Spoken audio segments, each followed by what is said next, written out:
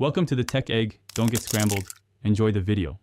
In this video, I will explain how to make chicken juicy and tender. First, brining is key. Dissolve 1 tablespoon of salt in 1 cup of water for your brine. Submerge your chicken completely and let it soak for at least 30 minutes or up to 4 hours for maximum tenderness. This simple step helps the chicken absorb moisture, preventing it from drying out during cooking. It's a game changer for flavor and texture. Next, precise cooking temperature is crucial.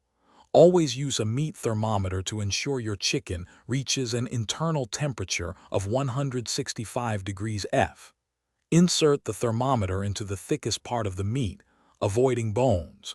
Cooking beyond this point will quickly dry out your chicken, making it tough and unappetizing.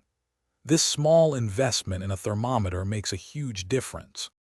After cooking, resting your chicken is just as important as the cooking itself.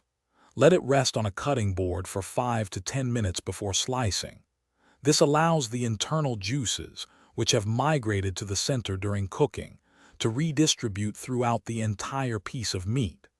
Then, slice against the grain to shorten the muscle fibers, ensuring every bite is incredibly tender. Finally, enhance your chicken with some finishing touches. Drizzle with pan drippings or a light sauce to add another layer of moisture and flavor. For chicken with skin, a quick sear in a hot pan after resting can give you that desirable crispy texture. These small steps elevate your dish from good to truly exceptional. Remember to check the description for a link to the new Kindle Paperwhite and other great deals. Enjoy your perfectly juicy and tender chicken. Thanks for watching. Consider subscribing if I helped unscramble your problems.